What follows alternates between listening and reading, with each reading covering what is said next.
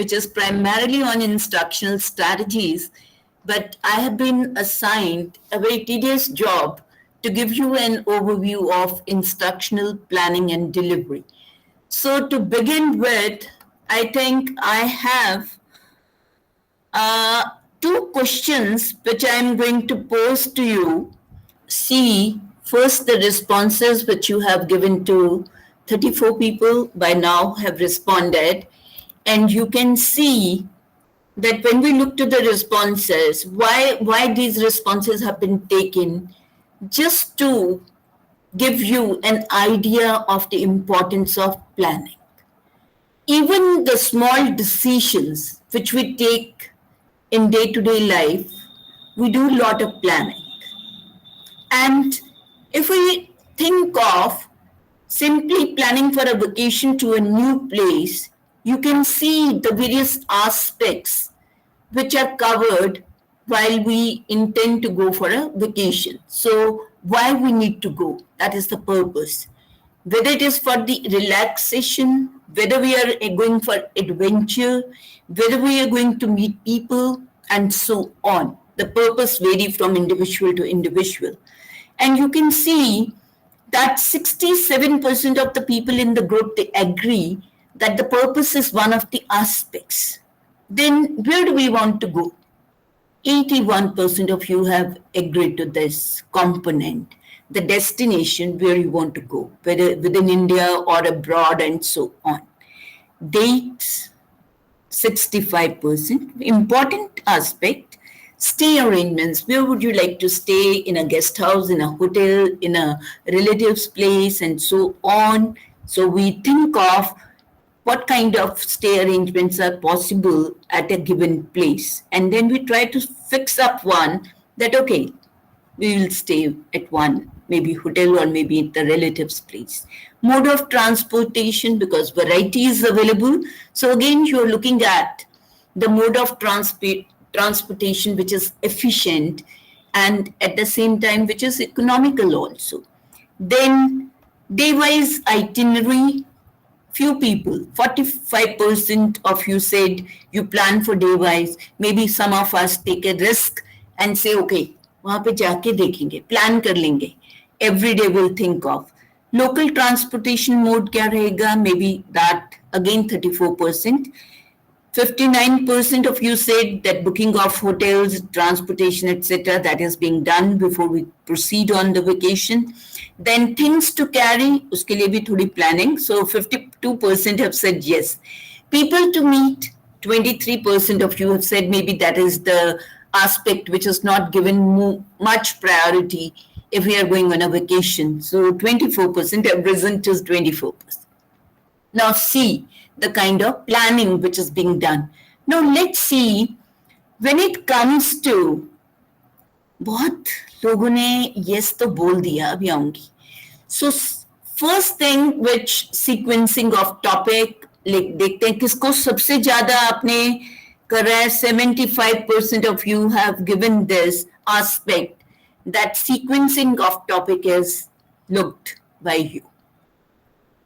We'll go to the details of each one. Then learning outcomes, 79%, more than that. So 79% of you have said you try to examine the learning outcomes for the subject. 67% of you breadth and scope of the topic. 71% select instructional strategy. Then select and develop instructional material, activities, tasks to be given, 69%. So if I look at, no aspect has been left, and there are a number of people, more than 50%, 50 or more than 50%, who are into planning for instruction. I'm so happy. If you have all these responses, I think I need not deliberate on this session. I'm convinced that people are aware of what needs to be planned. I would seek your responses on these aspects when we deal with the various aspects. Now, why this? Here, I think I need to share the screen and then you'll be able to see this. पहला question जो आपने answer किया, planning is essential. My question to all of you is, why do we need to provide instruction? Any member who would like to speak on this? Why do we need to provide instruction? G. Over to the audience members. Instruction जरूरी क्यों है? जी. Ma'am, so that we can execute the task in a systematic way. Which task? Why do you want to get into instruction? वो task क्यों दिया गया आपको? ये question है मेरा. जी. Ma'am, so that the objectives are clear, what we have to learn and how we will proceed with They that. are clear. That's why you do instruction, or you want to some other purposes there. सोचिए सबने बहुत सारी चीजें कही हैं. The very basic question is, why instruction need to be provided? Ma'am, so that everyone can know the exact procedure and correct procedure. Procedure for what? सिर्फ procedure ही पढ़ाते हैं हम. There's so many things which you give instruction for. There is factual information. There are procedural information. There's also cognitive strategies which you try to give. Metacognitive knowledge also you try to. क्यों देते हैं? Yes? Over to the audience. Why do we give instructions? Instruction है क्या? अच्छा चलो ये बताओ, instruction है क्या? Ma'am, steps which facilitate learning. Okay. So, instruction किस लिए दे रहे हो आप? आपने आंसर कर दिया है? डॉक्टर शर्मा? Ma'am. Yes. आपने क्या बोला अभी? Facilitate? Sequential and... ना, facilitate what? Facilitate learning, ma'am. Ma'am, can you check the chat box also? हाँ, अच्छा आपने वहां भी डाल दिया है. ये साइमल्टेनियसली बहुत सारी चीजें नहीं हो पाएंगी. एक मिनट सब. जी. ओके. हाँ जी. Okay, responses have come up. Okay, to ensure proper conveying of knowledge. पहली चीज तो it is not conveying information or transferring information, because these days the information is available to the learner at the click of a mouse, and 1,000 pieces of information are available. So teacher is not the one who is the storehouse of all the knowledge or the idea. So transmission of knowledge is not the purpose of instruction. Smoothly working, that is not the purpose. Smoothly working, बहुत broad आप कुछ कहना चाह रहे हो, लेकिन smooth conduction of what? Sonia ji, can you answer and complete to ensure smooth conduction of what? No response. Step-by-step guide to do or not to do something. Instruction है. अच्छा ये आप instruction जो ले रहे हैं, this is you are taking a very narrower meaning of instruction. When we look at a dictionary, it is step-by-step guidance to perform a particular task. To ensure smooth conduction of work. फिर सोनिया जी ने work लिख दिया. Okay. Now, friends, when we talk in terms of instructional planning and delivery, in the area of educational technology, it has a very broader meaning. It is not restricted only to step-by-step guidelines given to the people for completing a particular task, but it is more than that, and it involves the activation, support which you provide to the learner, and ultimate purpose of any instruction is to facilitate learning on the part of the students. So teacher these days is not looked at as the transmitter of knowledge, but is considered to be the facilitator of learning. Now, when I say facilitate, that means a teacher needs to create conditions whereby the learner is able to develop the competences which he or she is expected to do.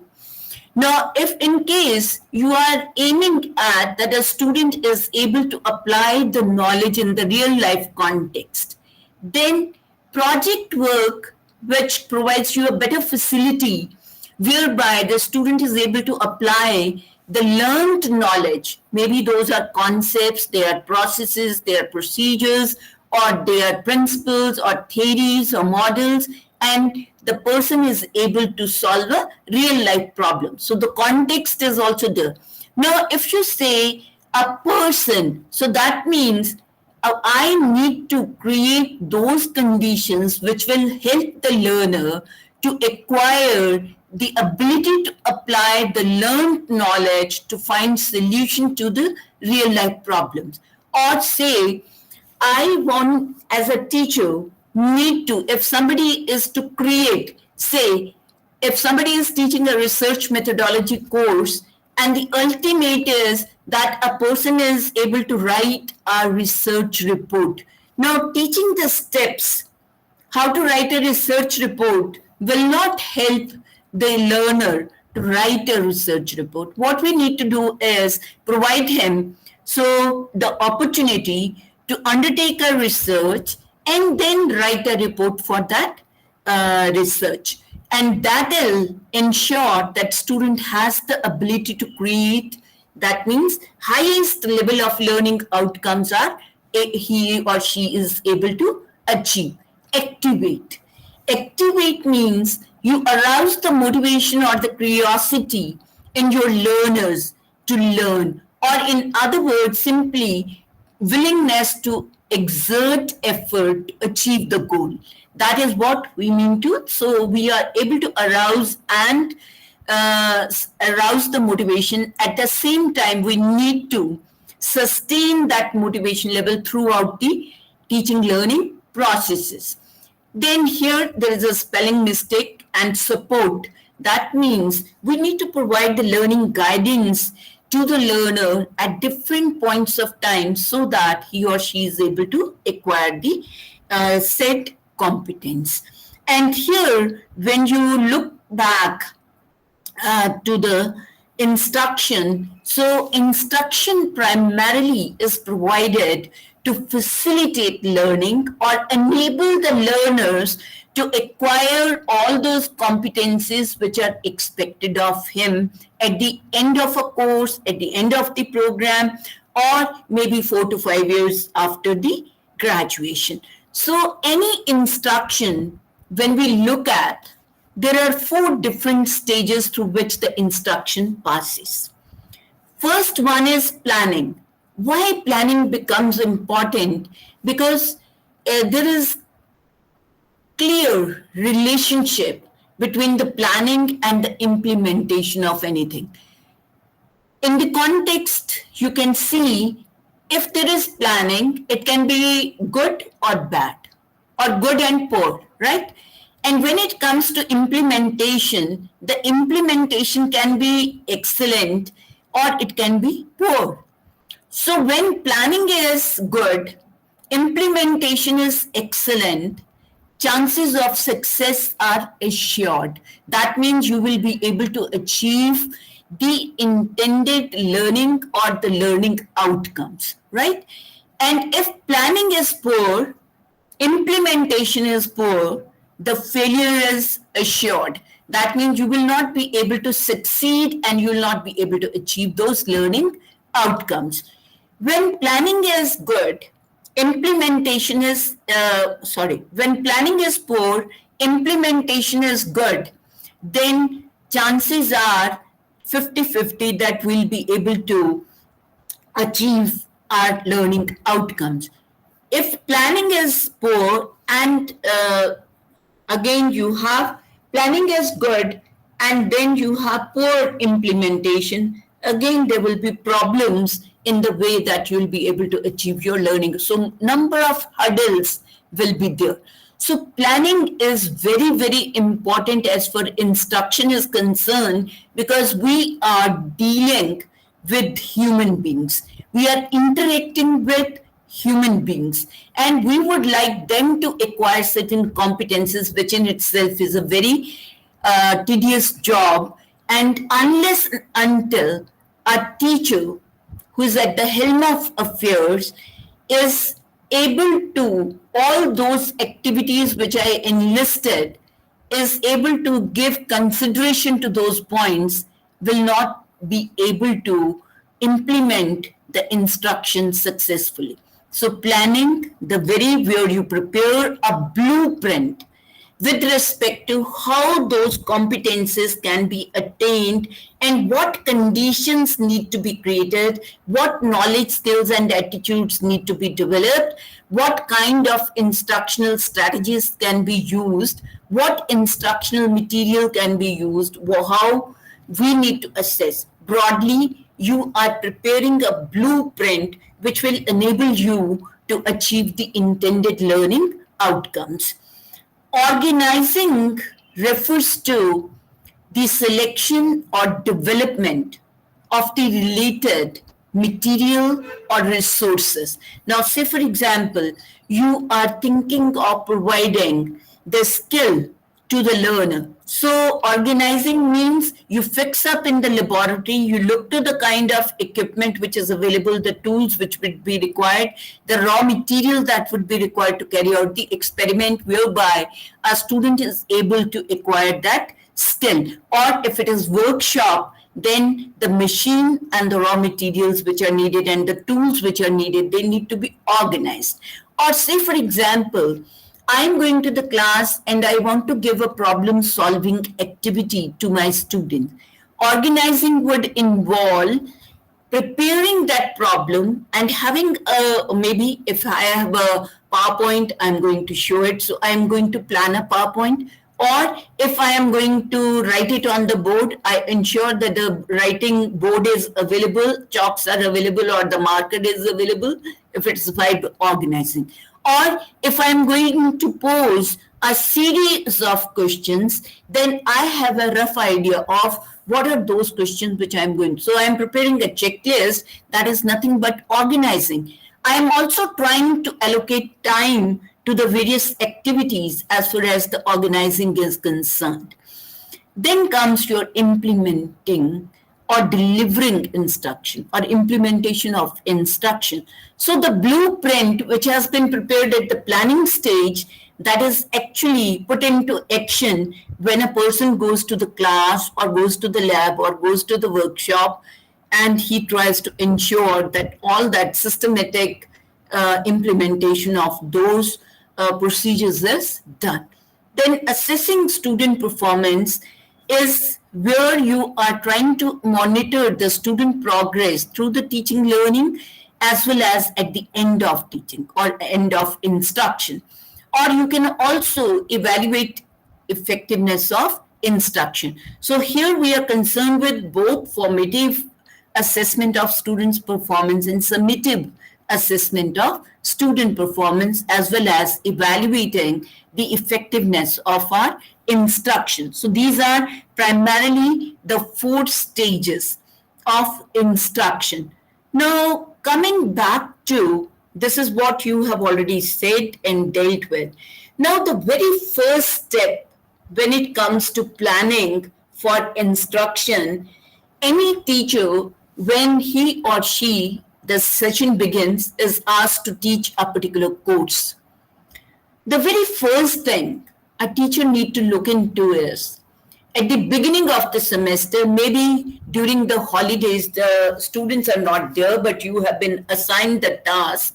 So what you need to do is look at the curriculum, find out the structure of the curriculum. What are the courses being to be offered to the learners, and the course which you are going to teach, how it stands in relation to the others. What other subjects the student will be learning in the same semester, what subjects he has already learned, and what subjects he'll be learning in future.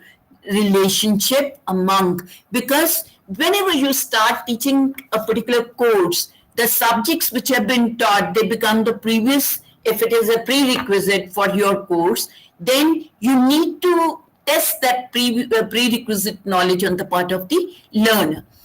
At the same time, you are here to see that the course which consists of, when you examine the syllabus for a particular course, syllabus is nothing but includes various topics.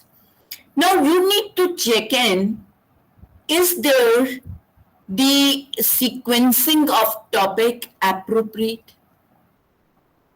Halanki, the department has prepared, the Board of Studies have approved it.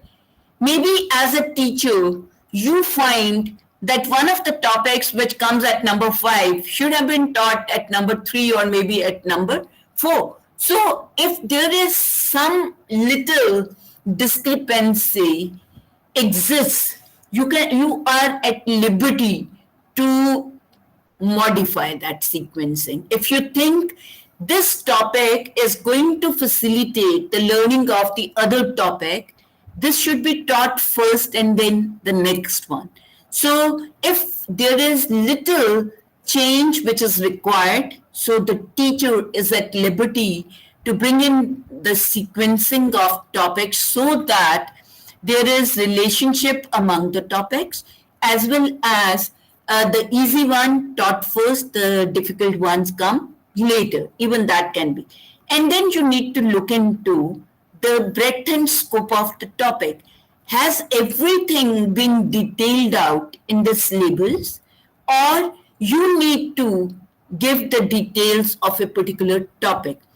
These days, most of the curricular documents, they contain the breadth and scope of the topic, especially in our STEM education. We are very sure that we give proper breadth and scope of the topic so that there is no discrepancy between what is being taught by one teacher and another teacher. So detailing is very essential.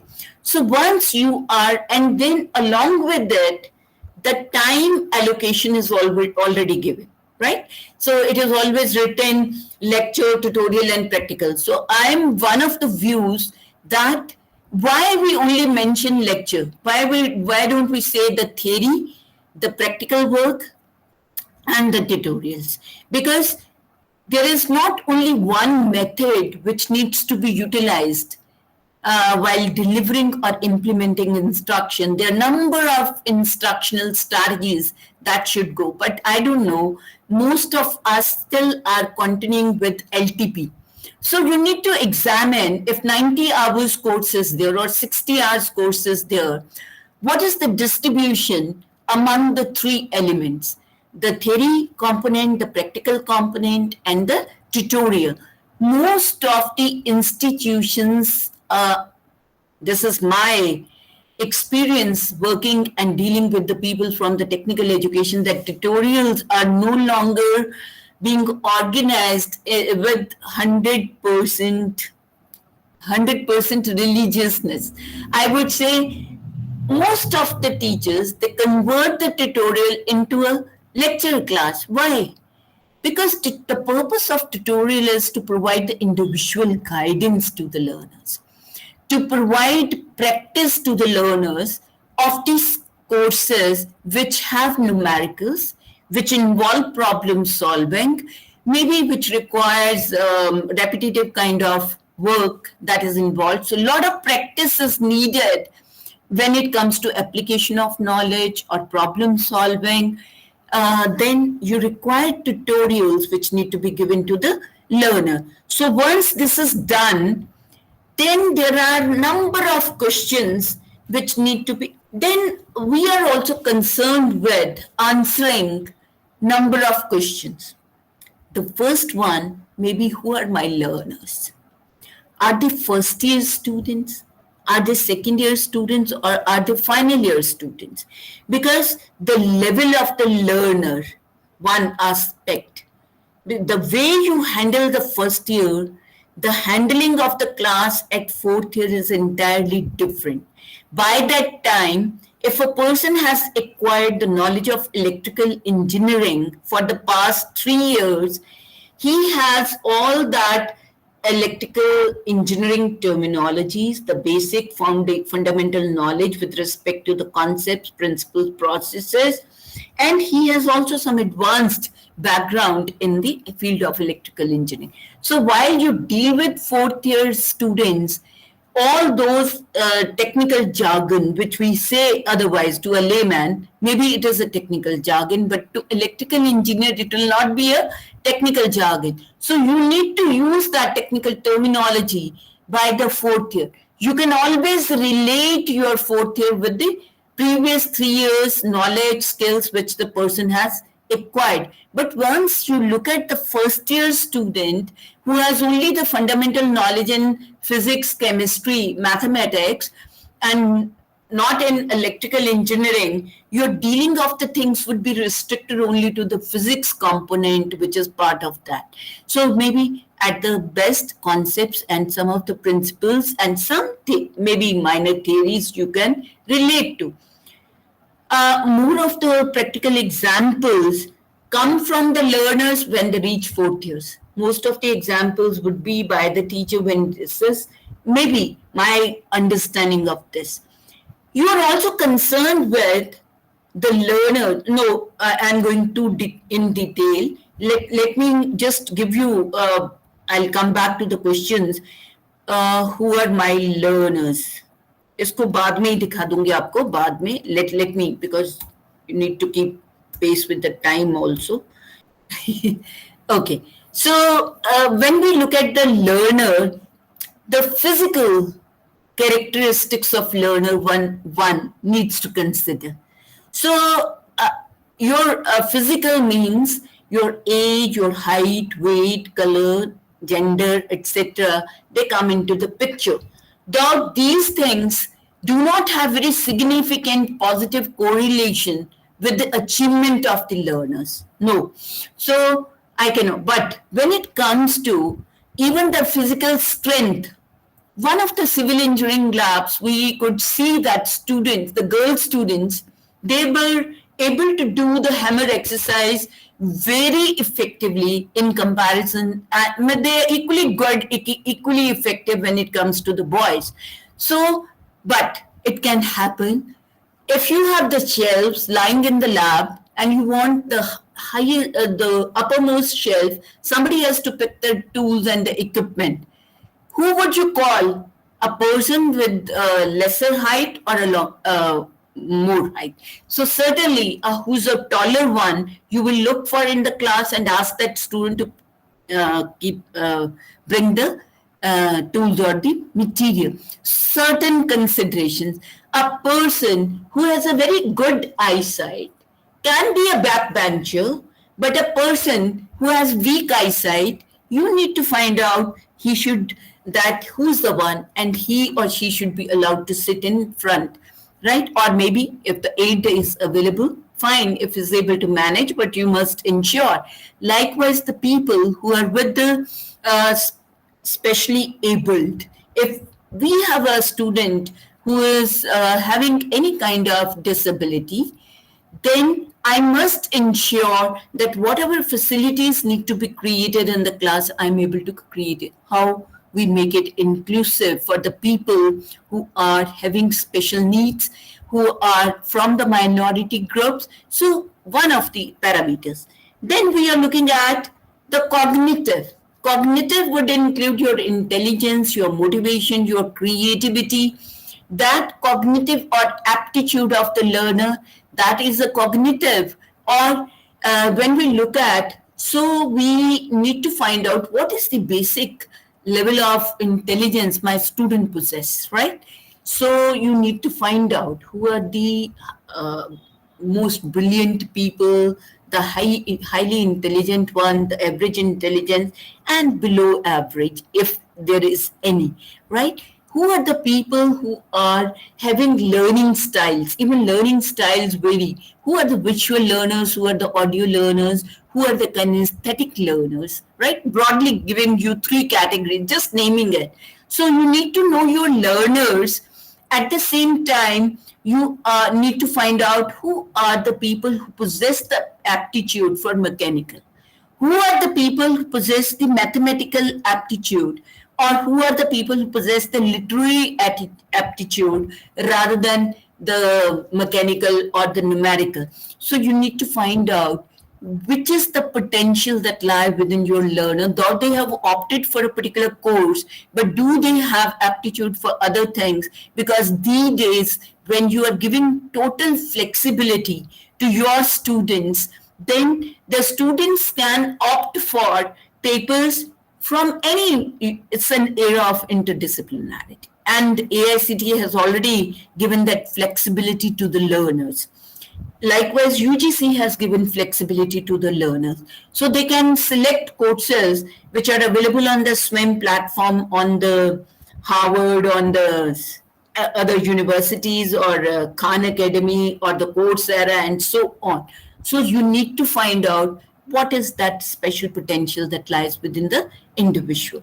Then maybe we are talking of emotional. So some idea, is the student high anxiety prone or low anxiety prone? Whether the student is emotionally intelligent or less intelligent, because emotional intelligence plays important role as far as stress is concerned, as far as success is concerned. So a lot of competencies are there in emotional intelligence. So in addition to that, we are looking at the spiritual character. Is the person spiritually oriented or not? Social, whether he is the one who tries to mingle with the group or would like to take up the activities individually. So there are people who would prefer independent tasks than to working in groups, but there may be people who would love to work with a group. Is there leadership ability that is available within, or ability to work in teams, or the person has interpersonal communication, very effective interpersonal communication, social characteristics of the individual. So idea needs to be taken, and for that a large number of tests which are available can be utilized before starting. And this is where a one-time assessment will help all the teachers in the department, because ये cognitive, emotional, social, physical एक बार assess करना है आपको, and then you can continue with it. The second thing which we need to look at is the learning outcomes. Now, when I say the learning outcomes, we all know that the technical education is being criticized, that it is not able to develop the competencies which are expected of a graduate by the world of work. And who do we call a competent person? A person who has the requisite knowledge in that field, he has the skills, and he has all the attitudes which are favorable to that profession. Those attitudes are possessed by the individual. And if the person is looking for the wage employment, then certain employability skills become important, where we talk in terms of communication, creativity, critical thinking, resilience, adaptability, and so on. And if the person is going for entrepreneurial venture, then the person needs to possess the entrepreneurial skills, which you may be talking of project planning and management, you're talking about the leadership, you're talking about the financial management, and so on. So entrepreneurial skills, creativity also is a part of that. So any competent person would possess knowledge, skills, and attitudes. And outcome-based education, which is now implemented by majority of the institutes, right? Because that is a requirement. Here, there is again because I made a correction in one of the slides, and I am able to see that that has been changed. This is POs, not COs. So you can make a correction here, or I'll make the correction before. So in the context of OBE, when we talk about the outcome-based education, this is what is needed, that we first, OBE is just opposite to the earlier input process output model. Now this education model is based upon that first we try to identify what a student will be able to do. That means we identify a set of competencies that need to be possessed by the individual, and then we start working backward and we try to identify the curricular experiences, the teaching learning strategies, the assessment procedures, and so on. And it is a process which is of continuous improvement, right? So the 4 terms which have come into vogue in the context of OBE include program education objectives, program outcomes, program specific outcomes, and course outcomes. Anybody in the audience who would like to differentiate among these 4? Anybody who would like to? Ji, over to the audience members. Outcome based, Dr. Muhammad Shahzad, would you like to Yes. say something? Over to you, sir. Ma'am, basically, we are looking at what the students will be learning. Yeah, What students should be learning. Instead of just delivering a monotonous lecture, we can, based on the end result, we can plan our lectures accordingly. That will have a better impact. no, my question was, what is the difference among these 4 terms which are form part of OBE, that is program education objectives, program outcomes, course outcomes, and program specific objectives? Ma'am, program outcomes are like for the entire program. For Okay, example, course, I'm a law faculty. right, Course right. specific modules, for specific course. For example, I'm teaching contract law. So the outcomes would be relating to contract law itself, rather Right, than specific generally. They'll be more specific. absolutely Program right. specific outcomes would be, ma'am. I think I'm not very sure, ma'am, but please correct me if I'm wrong. Something which is specific to maybe application of the program. The kind of specialization being offered in that particular program. So, say for example, computer science, and the whole focus is on cybersecurity. So, program specific objectives will relate to cybersecurity. Or if it is focused on software engineering, program specific objectives will be design and development of those softwares in different contexts, right? And what are PEOs? Program education objectives? Ma'am, those should be, I'm not sure, ma'am. I think Okay, objectives, what fine. we should Thank be you. achieving.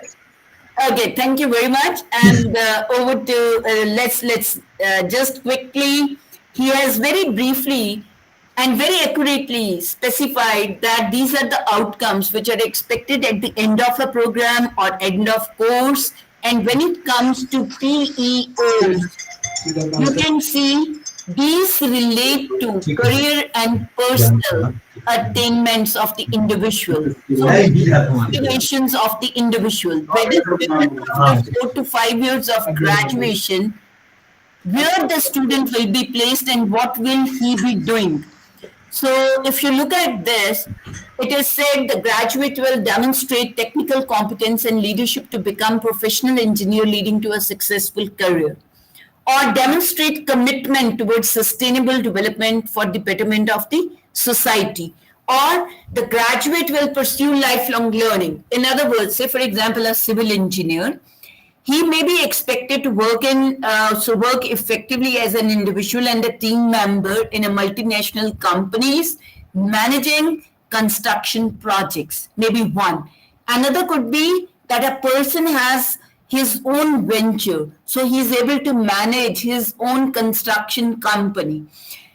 Another could be if he's working as a junior engineer in any PWD department, so he'll be able to apply the learned knowledge in finding solution to the real life problems, right? So these may be the 3 PEOs, that is program education objectives, And then program outcomes, all the courses which are being offered in technical education, they have accepted the 12 program outcomes, that is A to K, and you all have the knowledge of this. So as a teacher, what I need to do is I need to pay more attention to the course outcome. So I have to look to what is it that my student will be able to do on completion of a particular course. So here you can, इसको छोड़ लीजिए, just give you program जो आपके course outcomes हैं.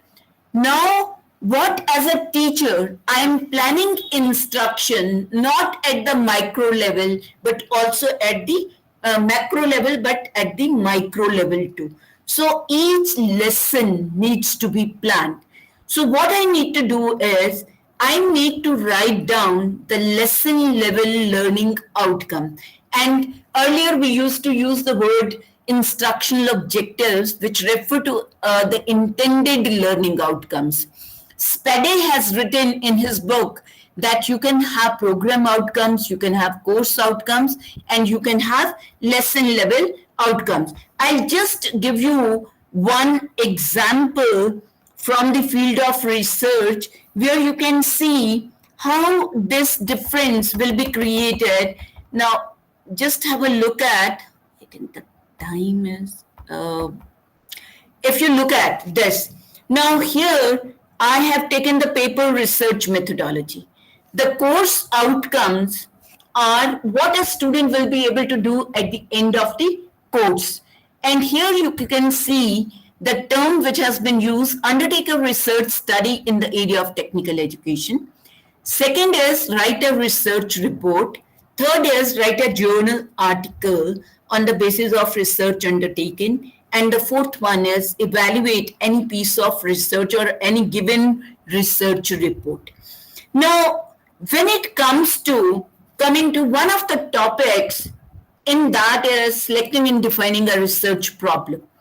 Now, there are different ways. Now, when I say learning outcome, I am more concerned with not the knowledge which has been acquired by the learner, but I am concerned with, after acquiring the knowledge, what my student will be able to do. So here you can see it is written, identify a significant problem for research. Identify the factors affecting or causes for the identified problem, because now the person has to select the variables for the research. So the third one becomes select the variables which are relevant to that problem. Then state the research objectives based upon the variables which you have selected. Now you are able to state the objectives for research. And finally, formulate the hypothesis for the study. So this is what a student will be able to do on completion of a particular topic in the course on research methodology. Now, when you look at this, and you can see the first course outcome was undertake a research study. So this particular topic has been included because it is contributing to the attainment of the first course outcome, as well as it will be used, maybe evaluate a given research report also, there will be some component of it. Now, if you look at this instructional planning, so a teacher needs to find out how these learning outcomes for a lesson level, at the lesson level, they correlate with the course outcome. Which course outcome is being achieved, or which course outcome this learning outcome is contributing, whether it is contributing to 101, 104, 105 or 106, because for a course there are 5 to 6 outcomes. So if you know the relationship, then it is going to help you in identifying or selecting appropriate instructional strategies. And here I would like to say that when we are looking at the learning outcomes, then course outcomes are always written at the level applying to creating. So these are higher level abilities which are to be seen. When it comes to lesson level, your objectives or intended learning outcomes, they can be written at 6 different levels, that is remembering, understanding, applying, analyzing, evaluating, and creating. So at 6 different levels you can write. Remembering means मैं detail में नहीं जाऊंगी because time doesn't permit me to go into details, but the question is, if your learning outcomes you have written, to which course outcomes they are, and they must contribute to at least one course outcome that you have to see. Now जब आपने learning outcomes देख लिया, lesson level outcomes आपने लिख लिए, then your next task in instructional planning is to select the instructional strategies, right? Strategy is a broader term which talks about broad approach. Methods, in a strategy, number of methods can be used. And tactics. Tactics is how a teacher uses a particular method, because even if I am delivering a lecture and you are going to deliver the lecture on the same topic, there will be huge difference in the two lectures. So these are referred to as tactics, how a particular technique is used by a particular teacher.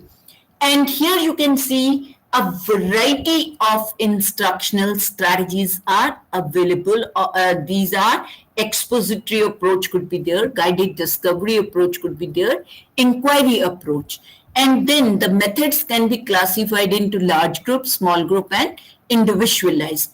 Most of us have been using lecture method, seminar, demonstration is used, discussions are used. What about other things which are equally important? The case studies, the project work, the problem-based learning, the role plays, the teachers, the games and tutorials. So each strategy, the method, has its own characteristics, advantages and disadvantages. Now, when it says lecture method is where you expose the learner, that means it's expository approach, and you give each and every detail to the individual yourself. And here he is the listener.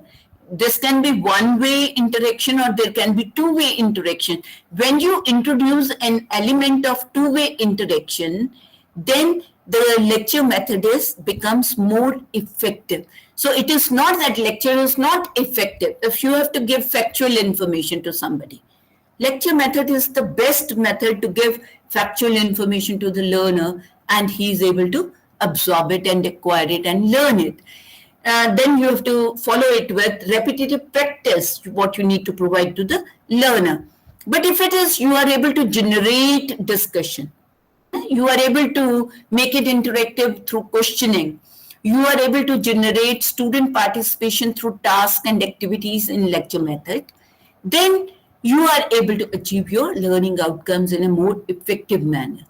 And here, what in today's context has become more important is the student-centric, where the student takes the lead and student is more active than the teacher. So small group methods of instruction as well as active learning strategies, where you can see 1 minute paper, think, pair, share, muddiest point. It is not point, it is point. So everywhere there was PO, he has made it CO. Discussion, brainstorming, question answer technique. So at present, these techniques will be dealt in this course, but you have a large variety of instructional methods which can be utilized.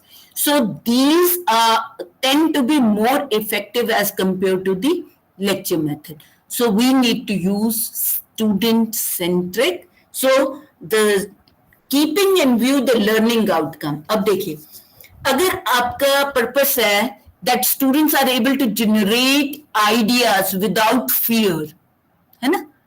So the creativity comes into play, the imagination comes into play when it is there, when the person knows that he is not being judged or being evaluated. Brainstorming is the technique which you need to use if you want your students to generate creative or imaginative ideas or think freely in the environment. Right? So brainstorming.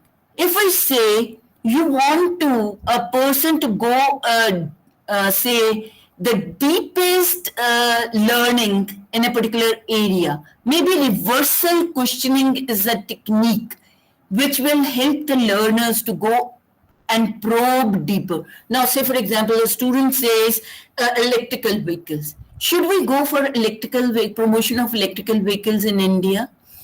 The question. The student is not allowed to respond and give answers. Another student is going to pose another question.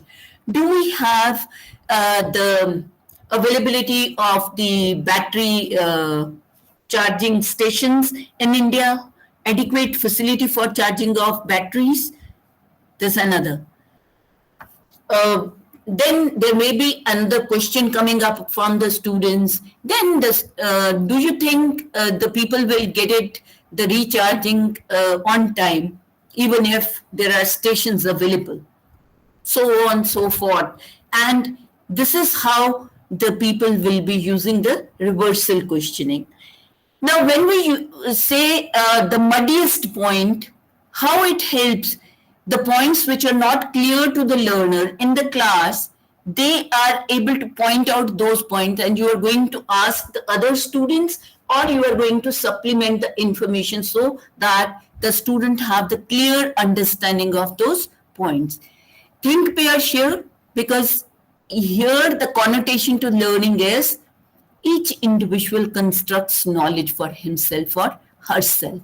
So when you allow the students think, pair, share, I am as a teacher posed a question. Two students working together, one has answer, another has answer. Now they share those answers with each other and they clarify their perspective. So maybe their perspective changes listening to the viewpoint of another individual. This is how the social learning starts from another individual, and more clarity comes into your own point of view. Case studies which help you, that is short cases and scenarios, the analysis and problem solving. So the person is able to analyze the case, then suggest a solution to the problem.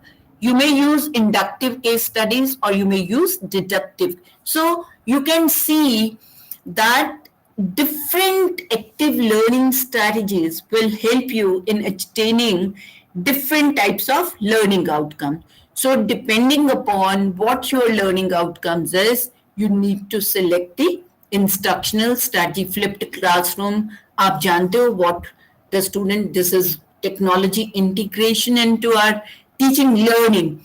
So whatever you were doing in the class is done at home. So the student has access to video recordings, the print material, the slides, and so on. He comes to the class where you give him tasks, activities, cases, and then you ask him to engage in group discussion or problem solving.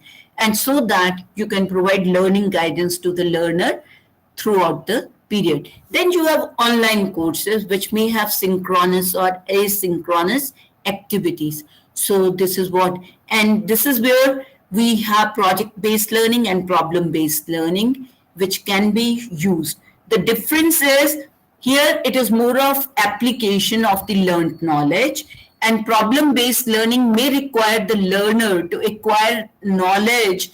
Say, for example, as a layman, I have no knowledge about the mechanical, but my car stops on the way. Ab मैं क्या करूं?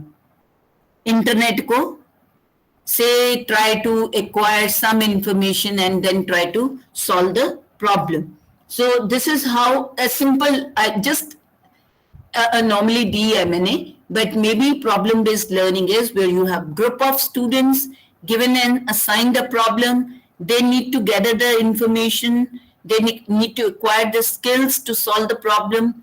then each individual thinks independently, then they share their knowledge, and they finally design the solution.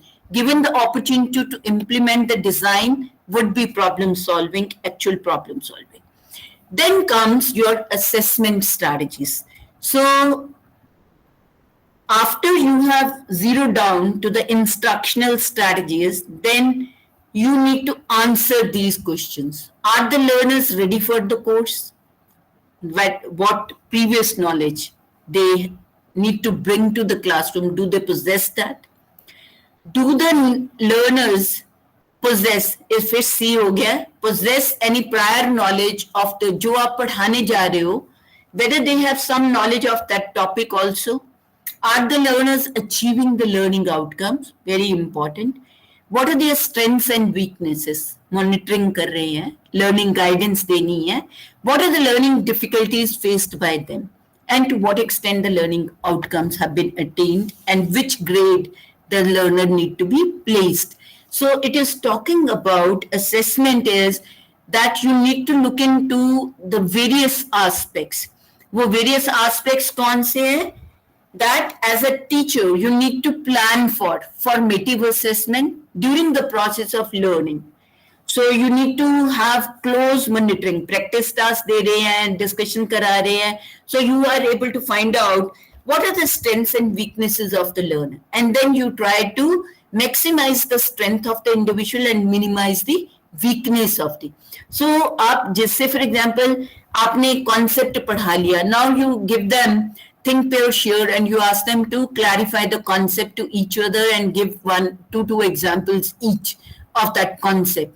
Now you find that after learning in the group, think, pair, share maybe, there is something which needs clarification. So you come across that the student is still not convinced of, and he is still having the wrong or misconception of that.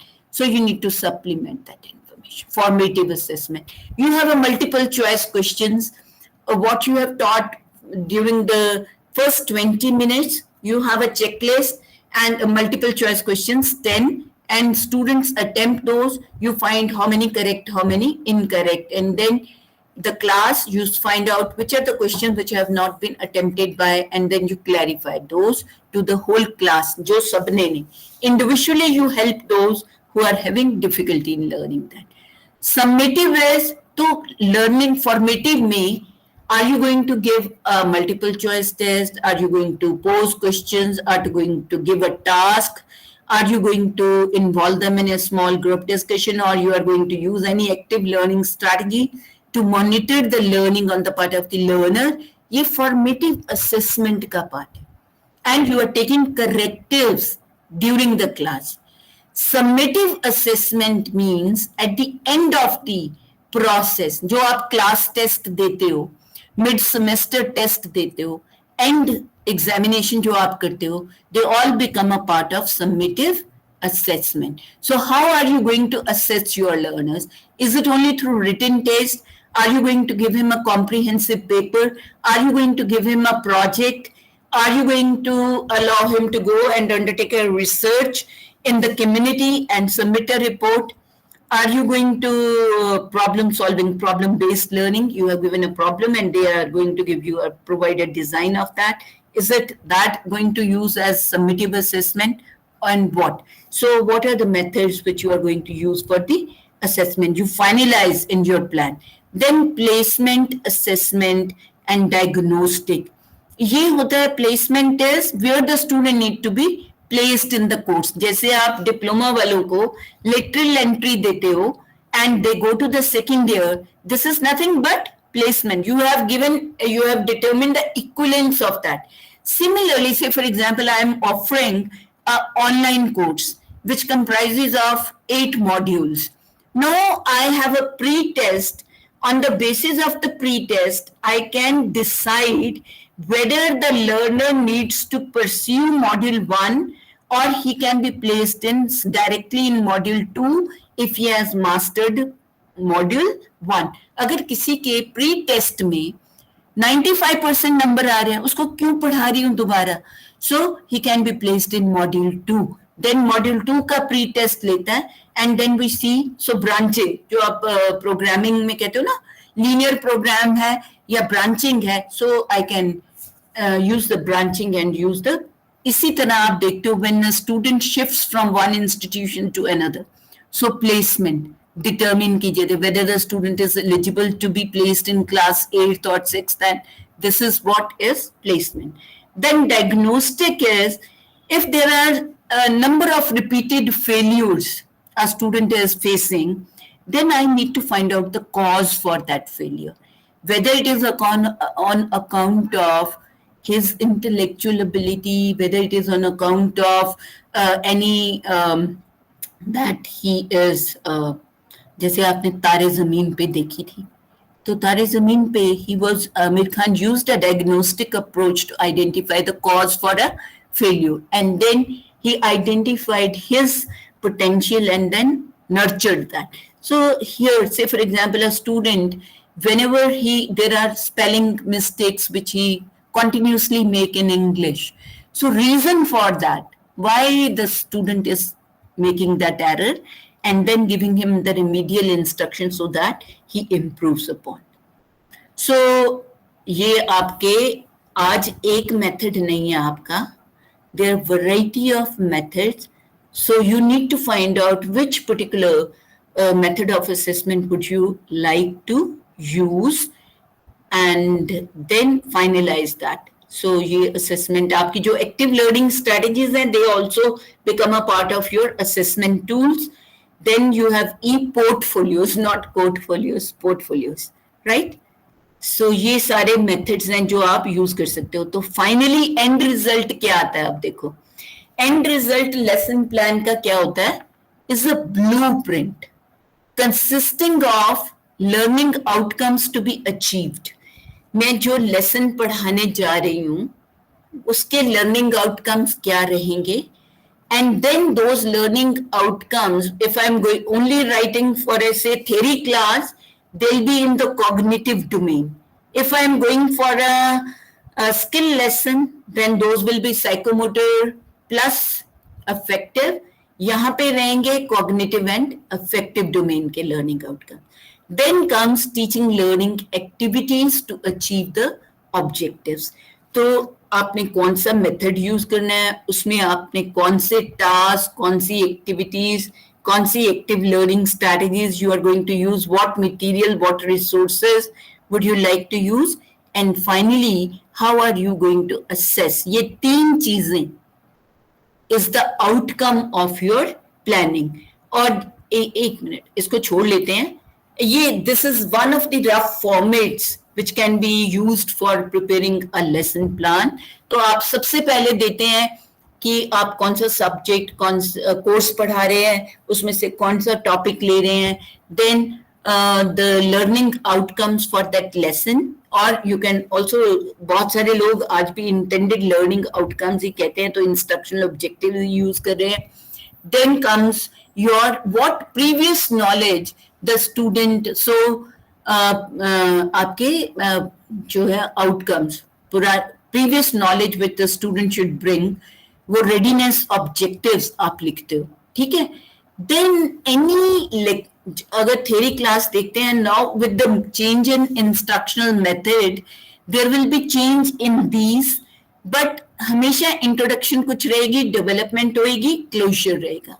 So introduction, the purpose of introduction is to arouse the motivational level, to give the holistic structure of what you're going to attain through this interaction. वो आपका introductory part है. So what activities are you going to pose a question? Are you going to show a video showing a complex problem to the learner and so on? वो आपकी activities रहेंगी. Media क्या use करेंगे, PowerPoint use करेंगे, verbal explanation use करेंगे, या आप board use करेंगे क्या, and how much time. So say if I have a class of 45, not more than 5 to 7 minutes, I'm going to utilize an introduction. Then development is learning outcome 1. So what will be the teaching instructional activity, teacher student activity, media, and then the time, then learning outcome 2 and so on.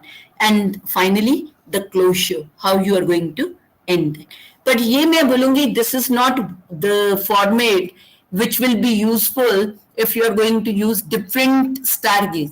So अगर मैं think, pair, share ही पूरा use करना है, 45 minutes के लिए कोई use नहीं करेगा. But if you are planning to use group discussion, which is for 45 minutes, then the whole planning would be for the group discussion, the selection of the topic, the grouping of the students, the allocation. So friends, जब planning की बात करते हैं, the outcome of instructional planning is lesson plans. Lesson plans maybe for theory class, maybe for practical class, ठीक है. और जैसे जैसे आपकी instructional strategy vary करेंगी, accordingly your plan would vary.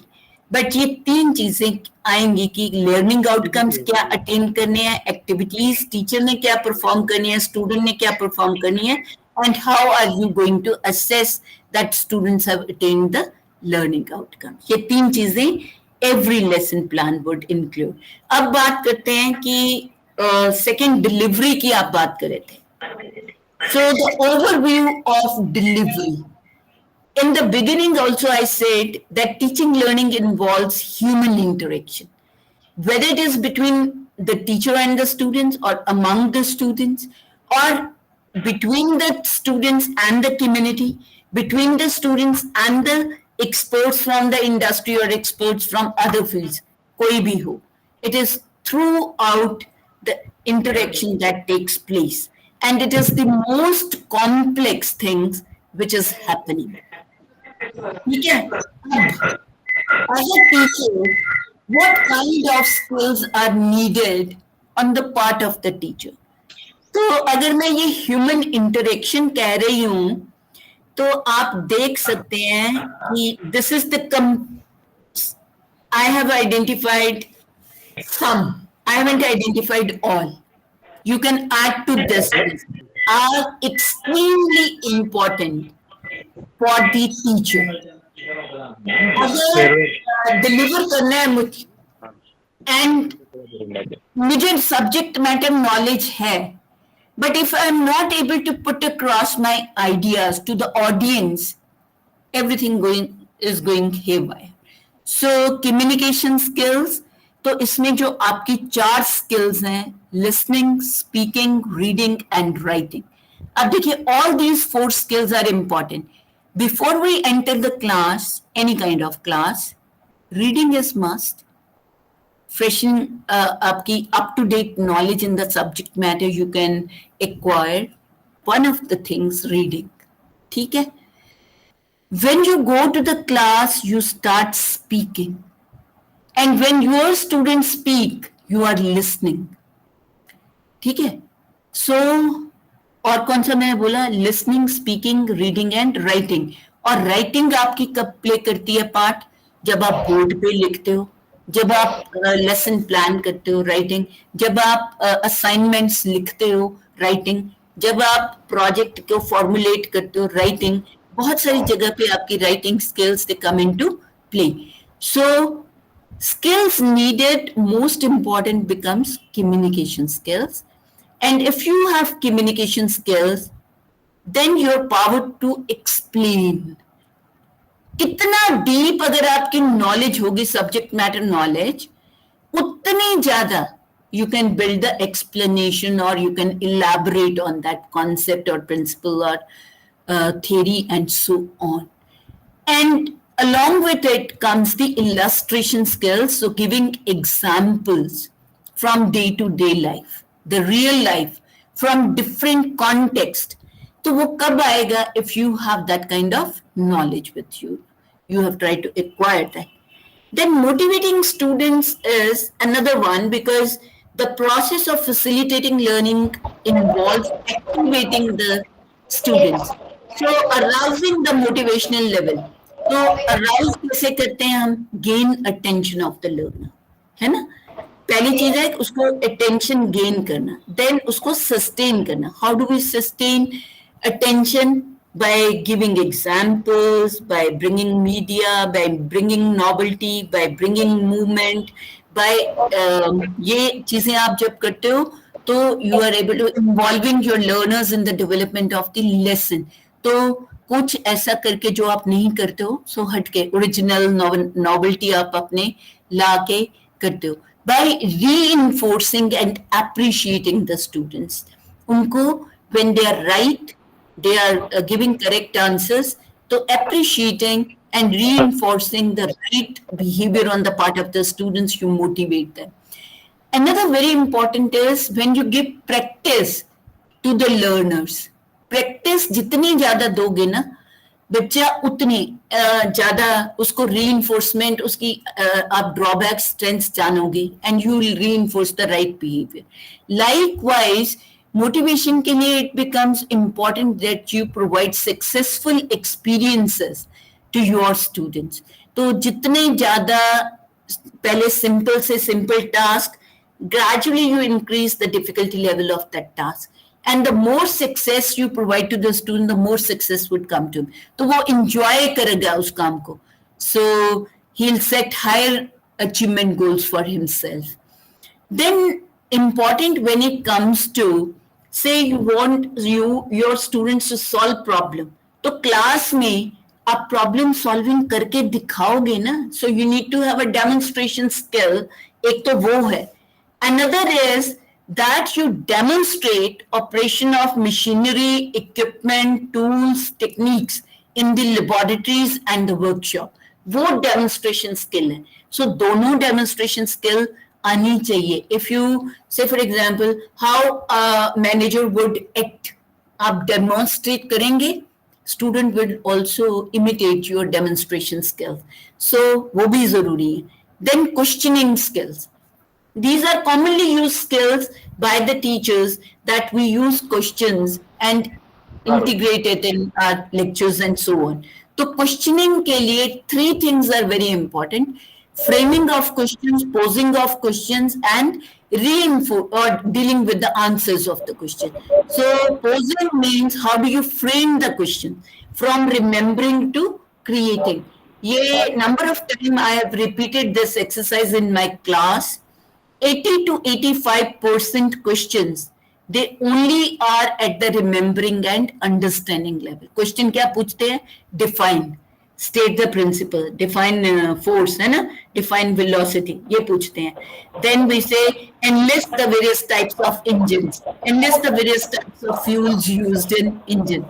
अब उसके आगे कहाँ जाते हैं? Explain, है ना? Explain या compare, contrast और solve means apply the formula and find the value. जैसे force को निकालना है तो mass acceleration की value दी है, force को calculate कर देना. ये कहाँ तक है? Understanding तक. What is needed is when we are posing the questions remembering to creating. कुछ तो applying level पे आएंगे. Complex problem which require application of more than one rule. Application level. ठीक है? Real life problem requiring the application of the learned knowledge or learned rules. Then comes analysis, identifying the causes, the reasons, है ना, for a given phenomena. So analyzing. Then you come at evaluating, select, judge. कौन सा method applicable होगा, कौन सा principle applicable होगा in given situation. Select, judge the adequacy of resources available in the lab for meeting the curricular requirement. Judge, ठीक है? तो फिर आता है आपका creating. So where the person is able to design something, provide a new design, provide a new tool, provide a new technique, वो creating level पे चला जाता है. So that's जहाँ तक class में, so you can go up to creating, posing questions. Then आप देखिए what will be the response. अब pose करना है, अब ये frame कर लिया, pose करना है. So हम क्या normally one student we pinpoint and ask a question. No, throw it to the whole class and involve them. Then answer आ रहे हैं, fully correct हो सकता है, partially correct हो सकता है, incorrect हो सकता है. How do you deal with? If fully correct है, reinforce करते हो, appreciate करते हो, encouragement देते हो, reward देते हो.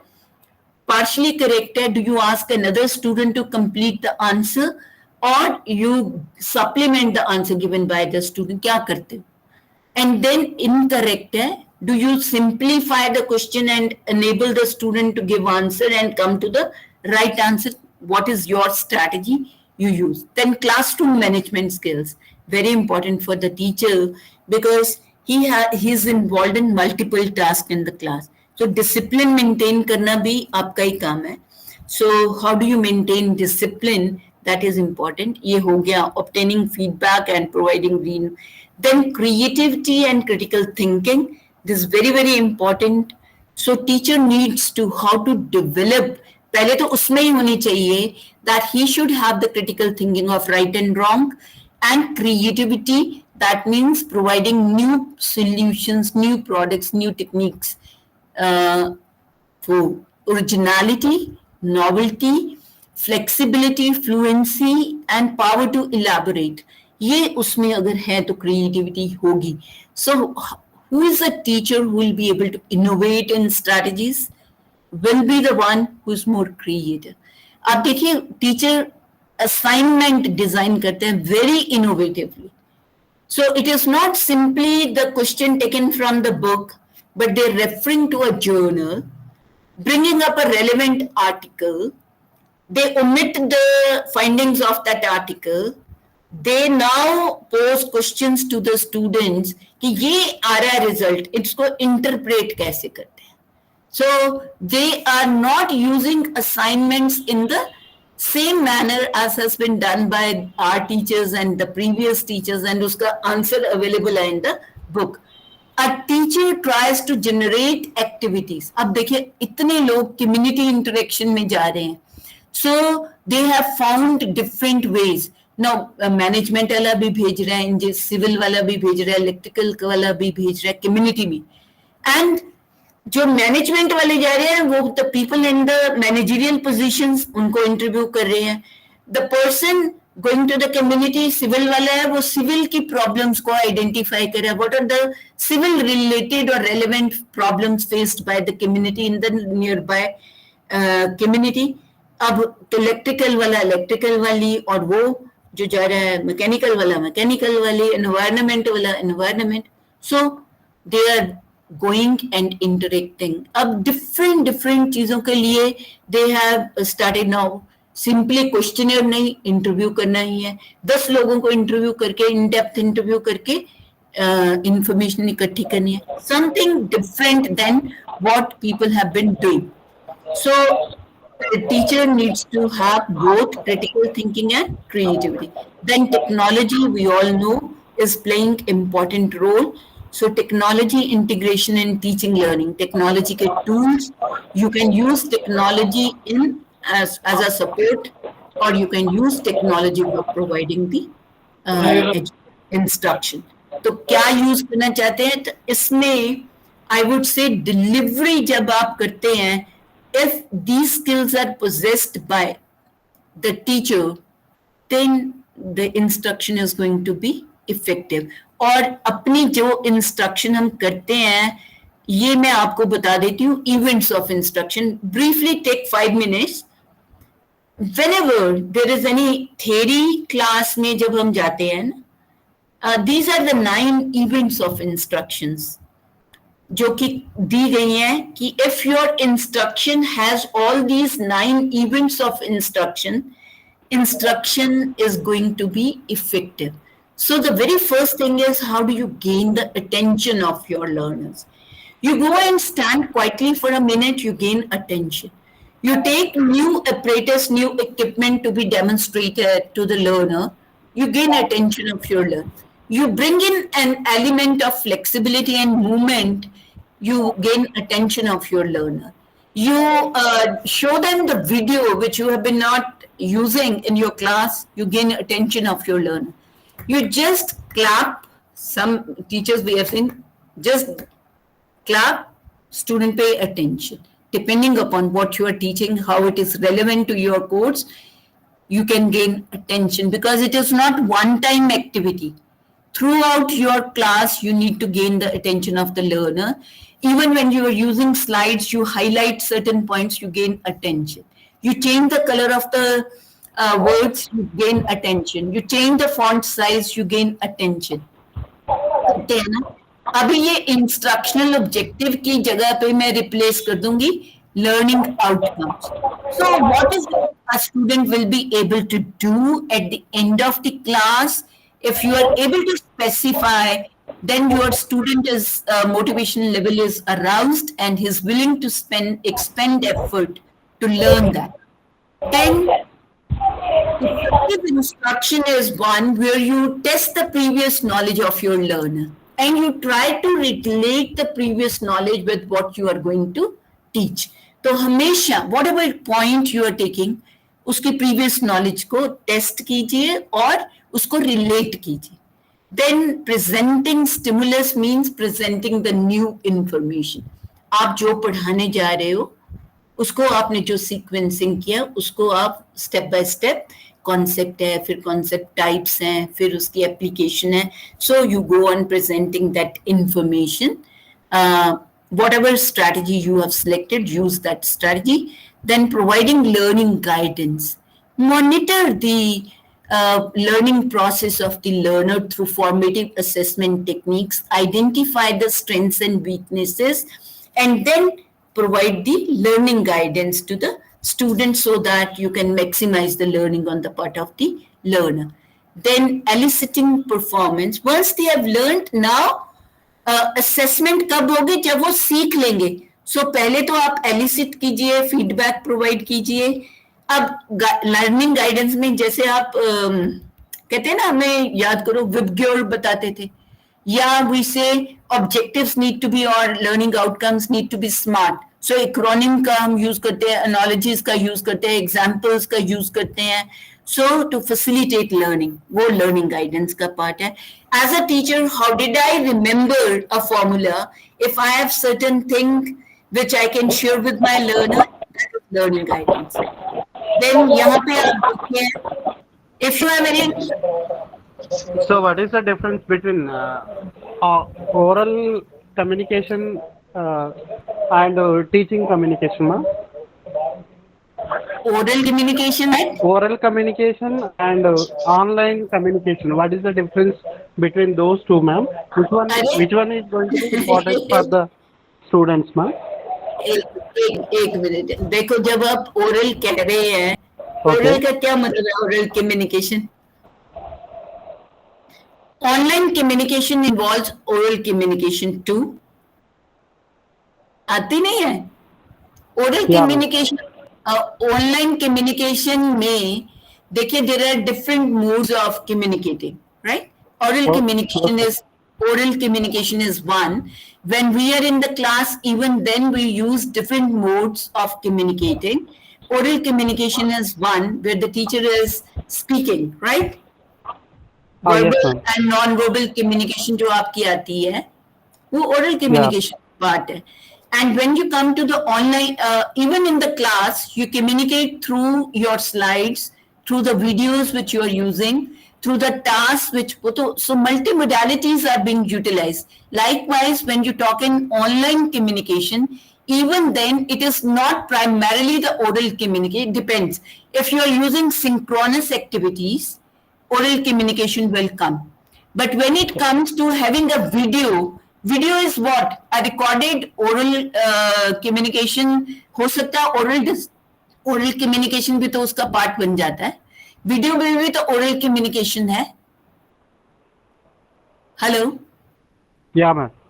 एंड ऑनलाइन कम्युनिकेशन में रिटन कम्युनिकेशन, आपका जो प्रिंट मटेरियल है, although self learning material, they are part of your communication, but they are not part of your oral, they are part of written communication. ठीक है? Then which one is going to be effective, ma'am? Huh? Which one is going to be effective learning? नहीं, ये depend करेगा who is the person whom you are teaching and what are you teaching. It is not dependent on one element. Now, say for example, if you are dealing with a very young child, right? तो oral communication ज्यादा effective नहीं होगी. वहां पे आपकी videos, है ना? Visual communication would be more. Video भी क्यों बोलूं? Visual communication would be more effective as compared to the oral communication. right? If you are dealing with an adult, maybe oral communication may be more effective, and it also depends upon the learning style of the learner also. कि वो audio learner है तो oral communication will be effective for him. If he is a visual learner, videos will be more effective for him. तो बहुत सारे factors affect करते हैं, not one. Okay, ji, ma'am. Thank you. चले आगे. Yeah, ma'am. Okay, then another one is कि वो instruction effective है where you are able to assess the performance of the learner. Performance, ये elicit जो कर रहे हो, formative assessment वाला part था, assessing performance is a summative part of it, then promoting transfer of learning. Whatever we are learning in one context, जो class में learn करते हैं, that needs to be applied in the real life setting. So how a teacher creates condition that student is able to transfer the learning to other contexts by bringing in variety of settings, by giving in variety of examples of application of the learned knowledge, or by journalizing the findings of research in various settings. Even that would help in promoting transfer of learning and enabling the learner to journalize the applicability of your learned concepts, principles, theories, and so on. So this is what has been written by Gaine and Briggs, that these 9 events of instruction, if are present in instruction, that instruction is going to be effective. That means you are going to attain the learning outcomes. So I stop here. Now over to the audience for 5 minutes, maybe if permitted by the ETV department.